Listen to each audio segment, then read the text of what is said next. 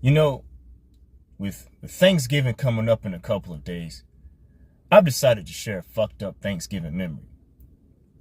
A few years back, my friend Dre had thrown this party, and I decided to go. And I stepped into shit as soon as I walked in the door. Dre has a son, and we called him Scoob, because when he was a baby, he escaped his crib and got into a bag of dog food, and he licked that shit clean. When I walked into the house, Scoob was on his hands and knees and was barking like a dog. Then this cat bit into my pants leg and started tugging on my shit. Now, I'm not going to lie. The first 5 seconds of the attack, I was cracking up. But after a while, it was just like, alright, back the fuck off.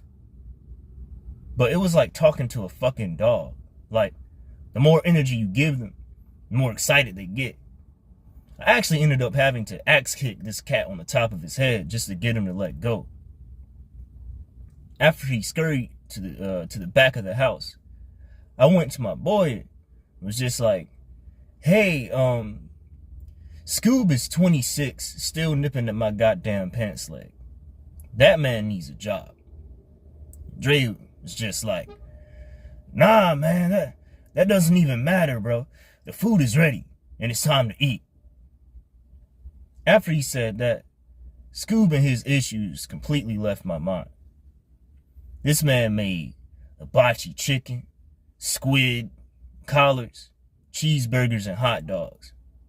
Now, this was a peculiar set of dishes for a Thanksgiving dinner, but I didn't question.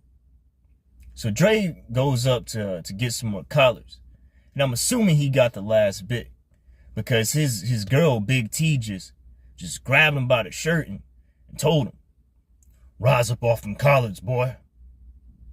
And she was just glaring at him. Now, Big T is about 6'5", 350, and has a neck the size of a Thanksgiving ham. She played in the NFL as a middle linebacker for a season, but got kicked out because she took her helmet off and headbutted this cat so hard, the back of his head like blew off, and the inside of his cranium was exposed. And he still had his helmet on, bruh.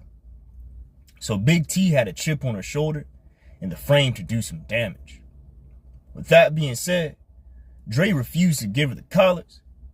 Then they started brawling, like teeth flying and blood spurts type of fighting. Then Big T picked him up and drove his body into the ground. She slammed that man so hard, the floor cracked, and a big cloud of dust just filled the room. And once the dust cleared, that boy was smiling. Then Big T started dry humping him, and Scoob came in and started chewing on his balls, and at that point, Thanksgiving was pretty much a wrap for me. So, you may think your family is fucked up, but just remember one name: Dre.